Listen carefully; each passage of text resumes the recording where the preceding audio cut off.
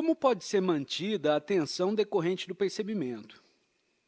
Senhor, eu peço que venha para dizer, muito respeitosamente, que eu acho que fez uma pergunta um tanto incorreta.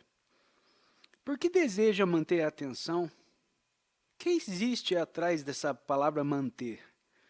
Desejo manter um certo estado de relação com minha mulher, com meu marido, com um amigo.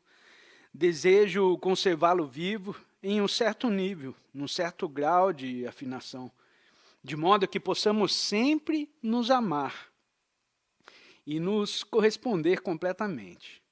Ou desejo conservar um certo sentimento. E como o conservarei? Dizendo, quero mantê-lo vivo. Isto é, mediante a volição, a vontade. E o que acontece quando mantém alguma coisa pela ação da vontade? Essa coisa se torna quebradiça e é destruída. Pode-se manter o amor pela volição ou pela vontade? Ora, deve haver uma maneira diferente de atender a esta questão. Digamos que percebo, num rápido instante, o que significa estar lúcido. Percebo a pleno e não apenas verbalmente. Me surpreende, num momento de lucidez sem escolha, e compreendi o que isso significa verdadeiramente. Por um segundo estou lúcido e percebo a extraordinária liberdade, a beleza e alegria existentes nesse estado. Digo então de mim para comigo, preciso manter isso. E no momento em que desejo manter esse estado, ele se torna memória.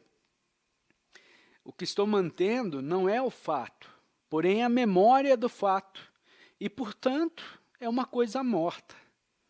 Veja isso, por favor. Lembro-me do meu irmão, do meu filho, da minha mulher, do meu marido que morreu, e estou vivendo nessa memória, conservando-a com todos os seus deleites, desesperos e ânsias. Sabe de tudo por que passamos, mas não tratei de descobrir o que significa morrer uma pessoa. Não estou consciente do significado da morte.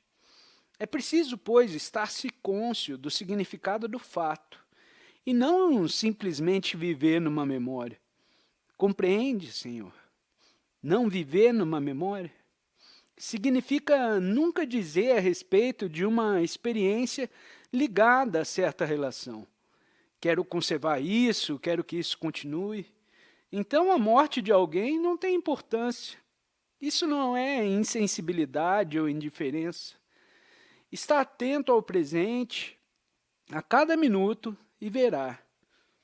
Te passei alguma coisa? A verdade não tem continuidade, porque está além do tempo. E o que tem continuidade não é a verdade. A verdade é para ser percebida instantaneamente e esquecida. Esquecida no sentido de que não a levemos conosco como lembrança da verdade que foi percebida. É porque nossa mente está livre da memória a qualquer instante, no próximo minuto, no dia seguinte ou um pouco mais tarde, a verdade reaparecerá. Como não tem continuidade, a verdade só pode ser vista quando a mente toda inteira está livre desse processo de manter, de rememorar, de reconhecer. E isso exige extraordinária atenção, já que é muito fácil dizer, ontem eu vi isso e quero viver com isso. Se ficar vivendo com isso, estará vivendo com uma memória, a coisa morta e sem significação que te impedirá de ver a verdade, sempre nova e fresca. Para ver a verdade ou a beleza daquela montanha, sua mente deve estar de sobremodo sensível, não ter sido embotada pela memória de coisas passadas, e isso exige, como bem sabe, se você observar, penetrante atenção. Portanto, não deve permitir que seu corpo se torne embotado, indolente. Deve ter um corpo altamente alertado, sensível, porque as condições do corpo influem no cérebro, e o cérebro influi em seu pensamento. Psicossomaticamente é necessário estar-se plenamente lúcido. A memória é mecânica e tem naturalmente seu lugar próprio.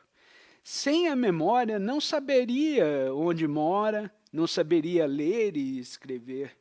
Mas com a memória de nós, acontece que a memória, que é o passado, interfere na observação. Quando tiver compreendido esse fato, terá espaço para observar. E esse espaço, por uma fração de segundo, por 10 minutos, por 1 hora, o período não importa, há percebimento. Mas se converter esse percebimento em memória, nunca mais tornará a ver. Em geral, vivemos de memórias, memórias dos ditosos tempos da juventude, lembranças relativas ao sexo, lembranças de nossas alegrias e desesperos e etc. Vivemos no passado e, por isso, nossa mente é insensível e nosso preparo técnico, portanto, contribui para nos tornarmos autômatos. Estou falando de coisa muito diferente. Tornar a mente sobremodo ativa e sensível, pelo percebimento de tudo o que o faz e deixa de fazer.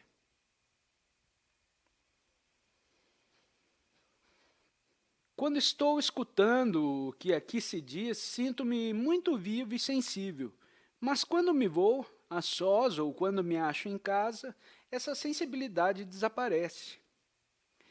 Se só tem sensibilidade enquanto aqui você se encontra, nesse caso está sendo influenciado, e isso não tem nenhum valor. O que está ouvindo é então mera propaganda, e portanto deve evitar, rejeitar e destruir, pois é assim que criam os mestres, os instrutores, as autoridades. Mas se, ouvindo-me falar, estiver cônscio de suas próprias reações a cada minuto, acompanhando o que estivemos dizendo durante mais de 1 hora, se estiver atento, não só às palavras do orador, mas também aos movimentos de seu pensamento e sentimento, então, ao sair daqui sozinho, conhecerá o estado de sua mente e nunca se deixará colher cegamente em suas redes. Não acha que o desejo de libertação é, em parte, a causa de nosso condicionamento? Naturalmente, Senhor, o desejo de nos libertarmos do condicionamento só pode favorecer o condicionamento. Mas se em lugar de tentarmos reprimir o desejo, compreendermos o seu inteiro processo, então, nessa própria compreensão, surge a liberdade, a libertação do condicionamento. A libertação do condicionamento não é um resultado direto, compreende?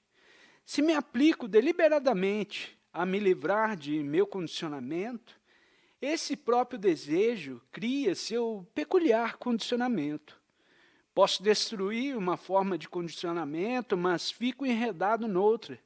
Já se houver compreensão do próprio desejo, inclusive também o desejo de libertação, então, essa mesma compreensão destrói completamente o condicionamento.